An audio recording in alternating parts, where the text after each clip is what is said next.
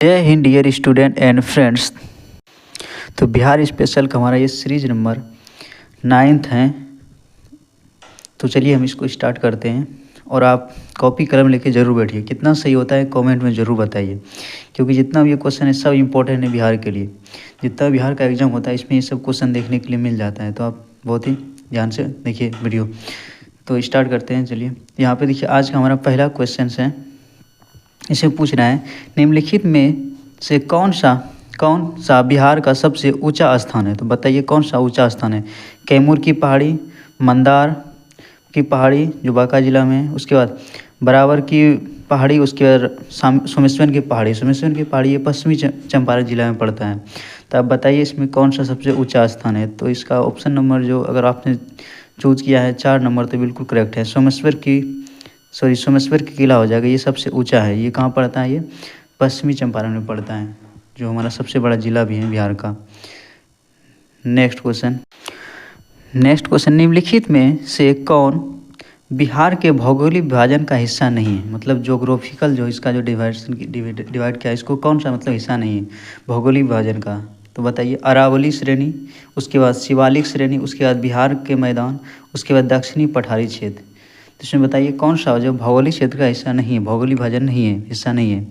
तो देखिए इसमें जो करेक्ट आंसर हो जाएगा, अगर ऑप्शन नंबर लगाए हैं आप ए तो बिल्कुल करेक्ट हैं। ये अरावली पर्वत जो ये श्रृंखला है यहाँ मध्य राजस्थान में पड़ता है, तो ये नहीं होगा, ये इसका करेक्ट हो जाएगा। नेक्स्ट निम्नलिखित में से किस जिले में धारवाड़ भूवैज्ञानिक संरचना नहीं है। तो आप बताइए किस जिले में नहीं है। तो मुंगेर में, रोहतास में, जमुई में, नवादा में।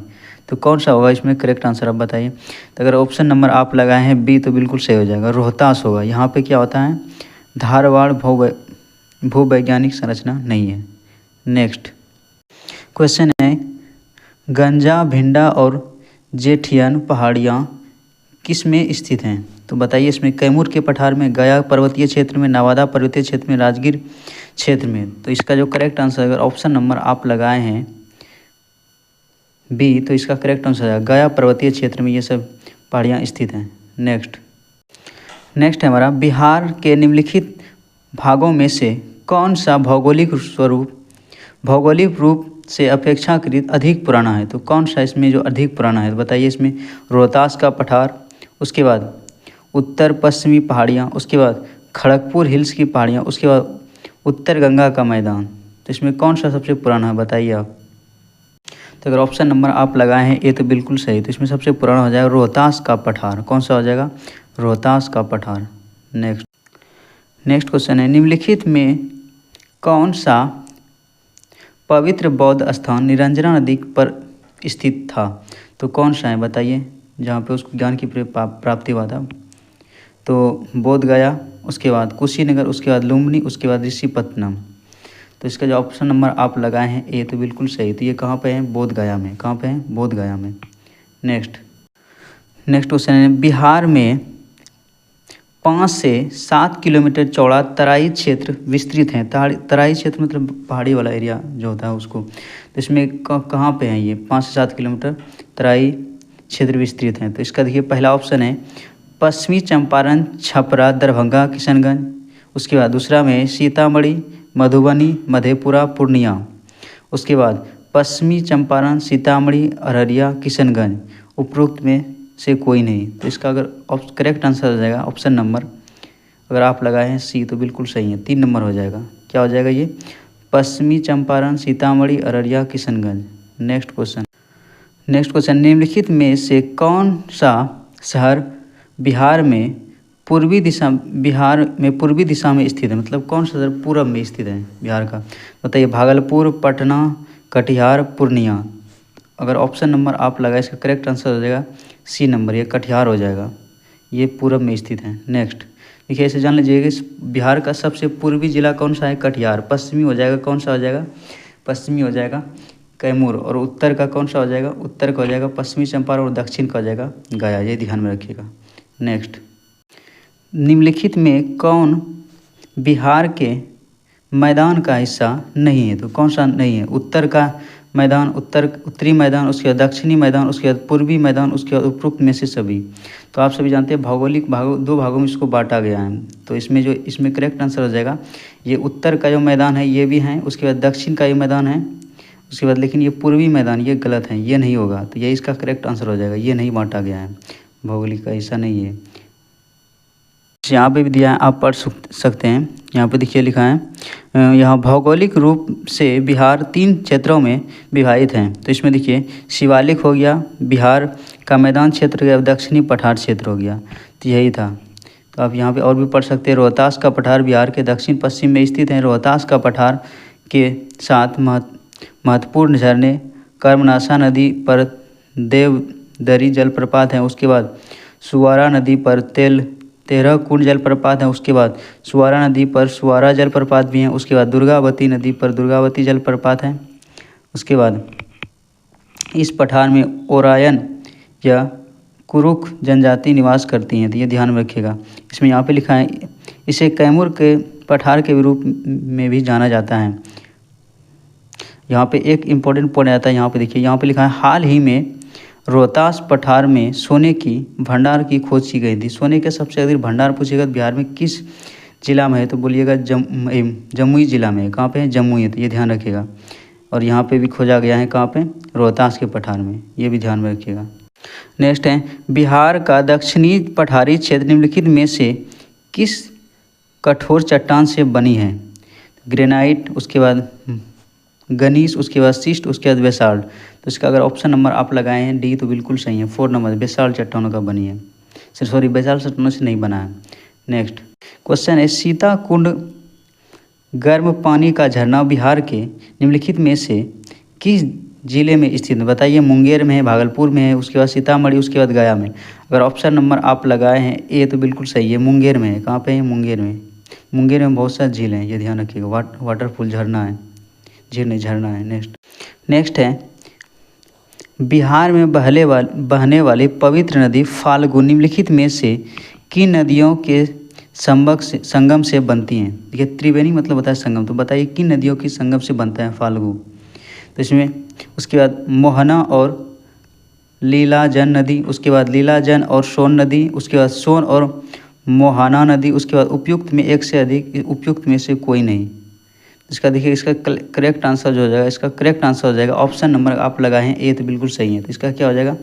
मोहाना और लीलाजन नदी। तो यही करता है बिहार में बहने वाली पवित्र नदी फाल्गु निम्नलिखित में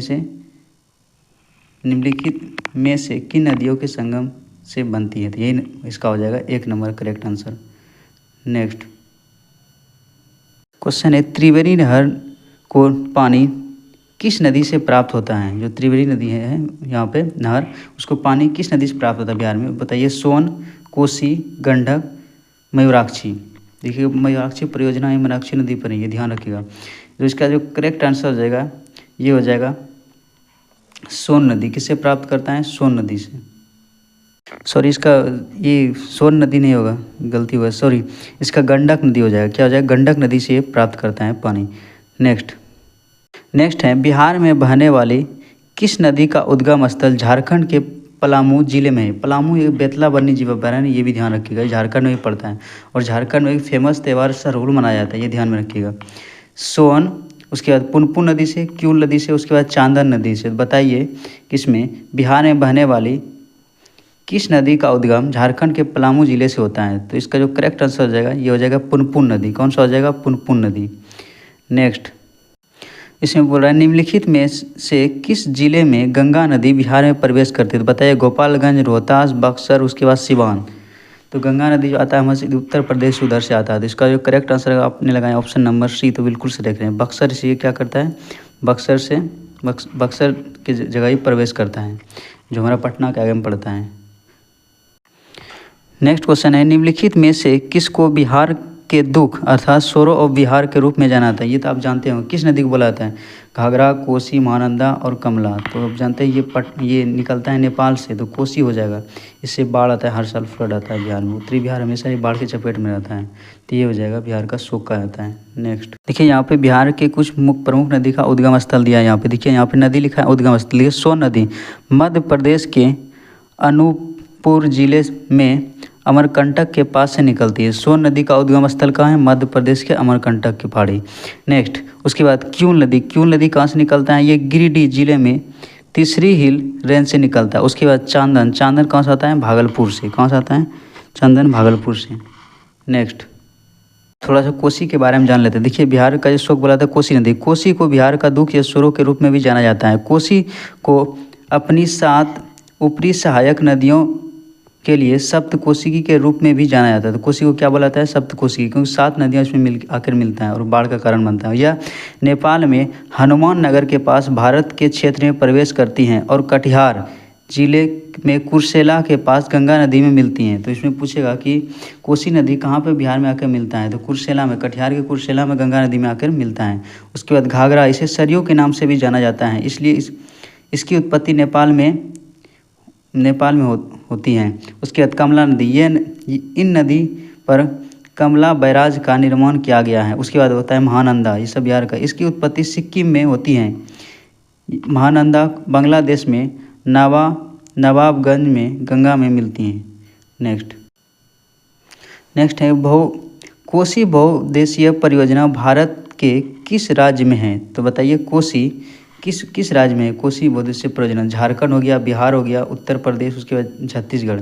तो कोसी जो परियोजना है ये कहाँ पे है? बिहार में है। कहाँ पे? ये बिहार में। तो इसका बी नंबर करेक्ट हो जाएगा। देखिए, इसमें बहुत ही इंपॉर्टेंट क्वेश्चन है। बिहार का वह जिला जहाँ गंगा नदी की लंबाई सबसे अधिक है, बताइए। भागलपुर, कटिहार, पटना, बेगूसराय।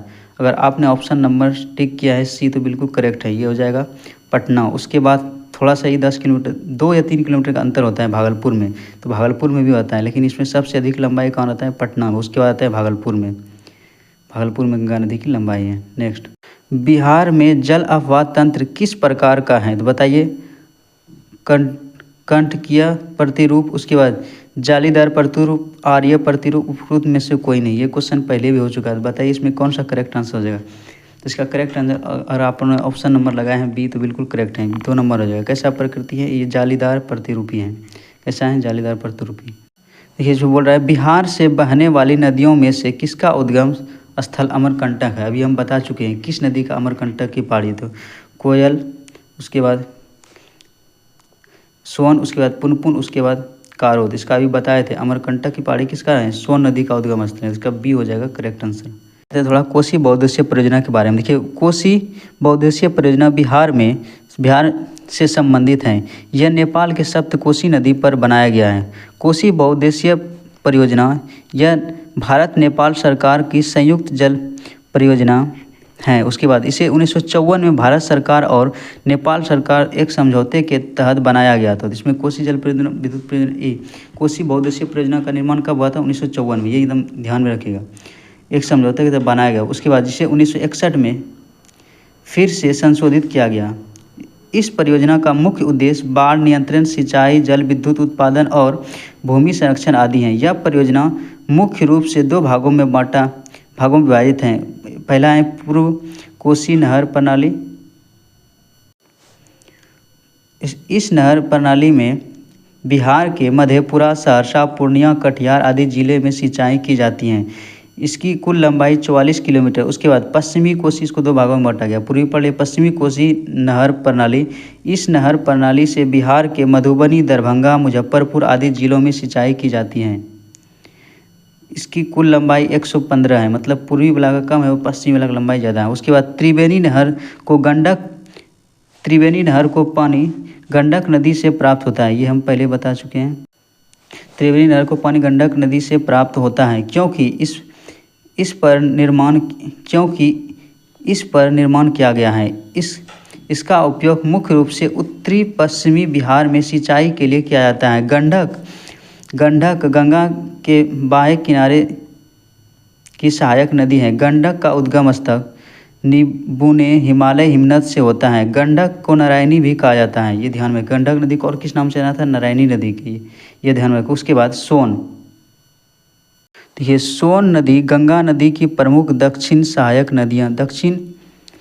नदियों में से एक है। यह मध्य प्रदेश में अमरकंटक पहाड़ी के पास से निकलती है। सोन नदी कैमूर श्रेणी को काटती है। और पटना के ऊपर गंगा नदी में मिलती हैं। रिहंद सोन नदी पर बनाया गया प्रमुख सहायक, रिहंद सोन की प्रमुख सहायक नदी है। तो रिहंद बांध भी एगो बना है, रिहंद किसकी है, सोन की सहायक नदी है। उसके बाद सोन नदी पर बने प्रमुख बांध, उसके बाद वान सागर बांध और इंद्रुपुरी बैराज। तो ये किस नदी पर है, सोन नदी पर। उसके बाद आता है कोसी। देखिए कोसी नदी, कोसी नदी एक ट्रांस बाउंड्री सीमा पार नदी है जो तिब्बत, नेपाल और भारत से होकर बहती हैं। यह 720 किलोमीटर की लंबी है। कोसी को बिहार का शोक भी कहा जाता है क्योंकि इससे इस क्षेत्र में बाढ़ आती हैं। कोसी नदी की मुख्य सहायक नदी हो गया तामोर नदी, उसके बाद तमोर नदी, उसके बाद अरुण नदी, उसके बाद सनकोसी नदी, सप्तकोसी और लिखू खोला, ये सब नदी हैं उसकी सहायक नदी। और इतना सब 7 नदियों का मिल कर तब ये कोसी बनता है, इसके कारण बिहार में इतना बाढ़ आता है। देखिए जहाँ पे गंगा बिहार के प्रमुख नदी हैं जो कर्मनाशा के संगम के बाद बक्सर के पास चौसा में बिहार की सीमा प्रवेश करता है। गंगा की सहायक नदियों में गंडक हो गया, बागमती, पुनपुन, सोन, कर्मनाशा, कोसी, काली शामिल हैं। उसके बाद उत्तर बिहार को शेष बिहार से जोड़ने के लिए इसी नदी पर गांधी सेतु का निर्माण किया गया है। गंगा नदी बिहार को 2 और समान भागों में उत्तर बिहार और दक्षिणी बिहारों में विभाजित करता है, मतलब गंगा नदी को बीचों बीच निकलता है बिहार से। उसके बाद पटना में गंगा नदी की अधिकतम लंबाई कितना है, 99 किलोमीटर। उससे सेकंड नंबर पर आता है भागलपुर। उसके बाद देखिए गंगा नदी के बारे में, गंगा एशिया की एक पारसीमा नदी है। यह भारत और बांग्लादेश से होकर बहती है। इसका उद्गम उत्तराखंड राज्य में पश्चिमी हिमालय से होता है। ये गंगा बंगाल की खाड़ी में मिलती है। इसकी कुल लंबाई 2525 किलोमीटर है। यह बहाव के हिसाब से पृथ्वी की तीसरी सबसे बड़ी नदी है। अब थोड़ा सोन नदी के बारे में जानते हैं। मध्य प्रदेश की सोन नदी यमुना नदी के बाद गंगा की दक्षिणी सहायक नदियों की दूसरी सबसे बड़ी नदी है। सोन नदी एक बहुराज्य नदी है जो मध्य प्रदेश, उत्तर प्रदेश, छत्तीसगढ़, बिहार और झारखंड से होकर बहती है।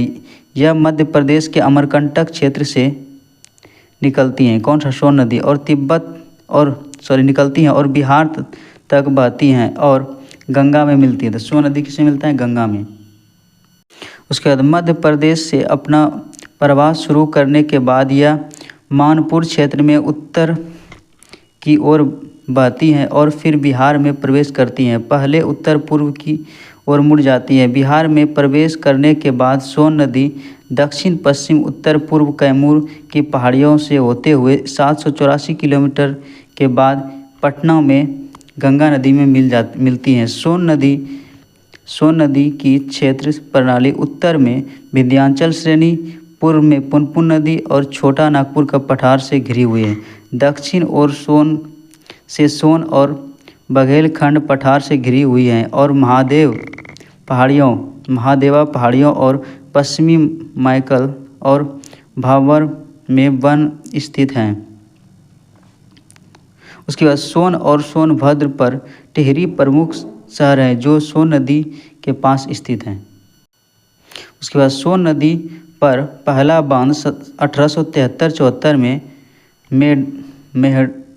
डेहरी में बनाया गया था। ये ध्यान रखें, सोन नदी पर बनने वाले प्रसिद्ध बांध तो कौन सा है, आरा के पास अब्दुल बारी पुल, उसके बाद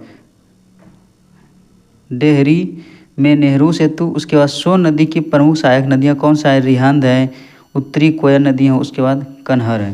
तो ये सब इसका एक्सप्लेन था। तो यहाँ पे ये वीडियो ख़त्म होता है और इसमें कोई गलत हो कमेंट में ज़रूर बताएं। Thanks for watching this video. और कितना सही हुआ वो बताएं।